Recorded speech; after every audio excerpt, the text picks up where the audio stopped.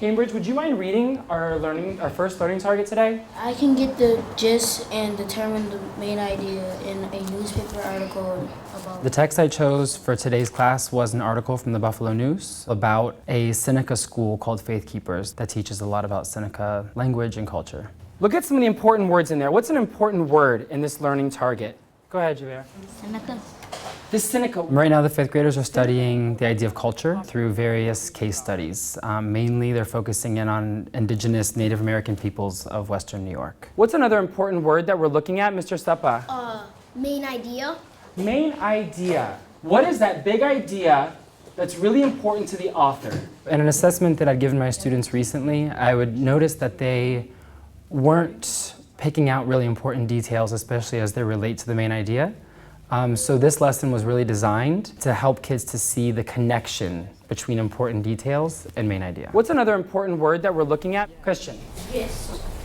Gist. What is the gist? I'm asking you to jot the gist in the margin. What are you writing about? The important parts of the story or article. Yeah, or what it's about, right? Today we're going to be starting a close read of a brand new text.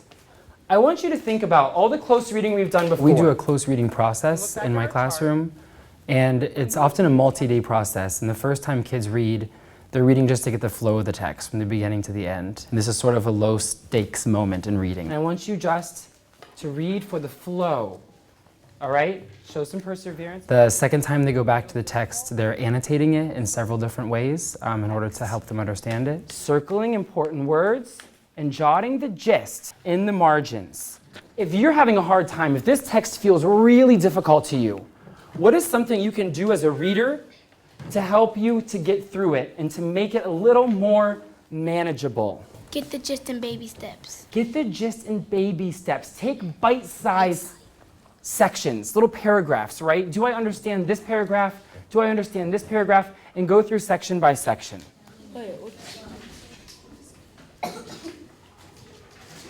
I started reading the article by reading the whole thing just for the flow. I used to do a lot more scaffolding and pre-reading activities before I let kids have a turn with the text. Something I've noticed about my students is that now that they're used to reading a text on their own for the first time and trying it out, they've shown a lot more perseverance. And then I read it again and underlined all the important words, like traditional, the school, and some of the names. Choosing a text is always a really important process for me in teaching something like this. I was really looking for something that was an authentic text, something from a primary source, like a newspaper article, something within what they were studying so that it had a real purpose for them in reading it. And I needed something that was complex, something that pushed them, something that taught them new vocabulary, new academic vocabulary. After every section I read, I wrote the gist down. And I went back in the paragraph to see if I was right, and then I went to the next one. I gave my whole class the same complex text.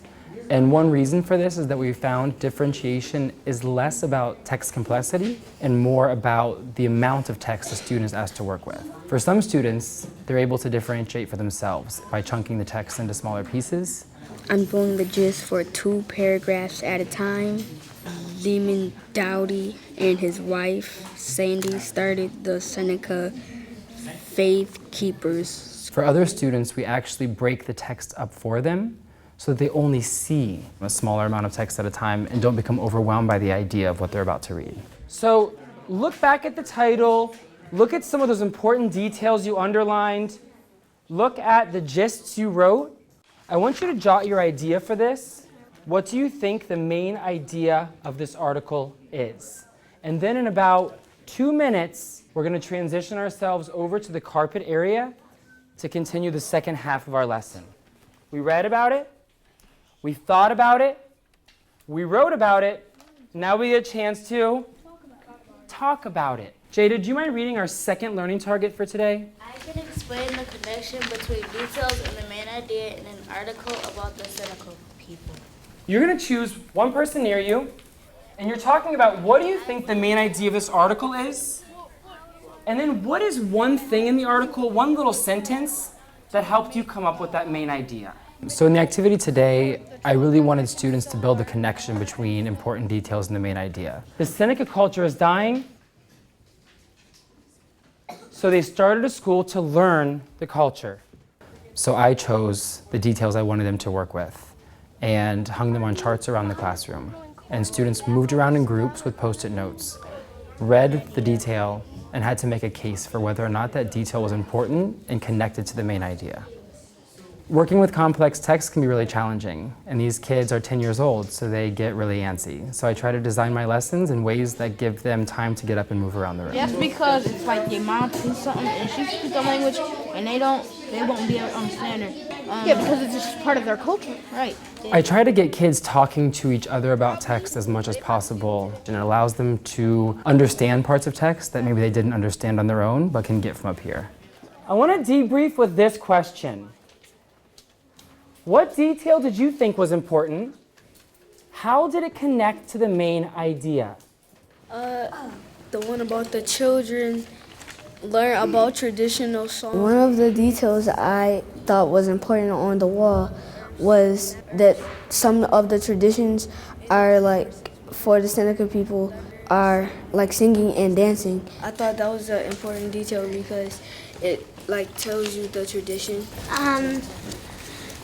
99% of Senecas don't know how to speak the Seneca language because that's about how their culture's dying because none of them really know how to speak their own language. Yeah, so that one really goes back to that first part of the main idea that we said, right? The Seneca culture is dying.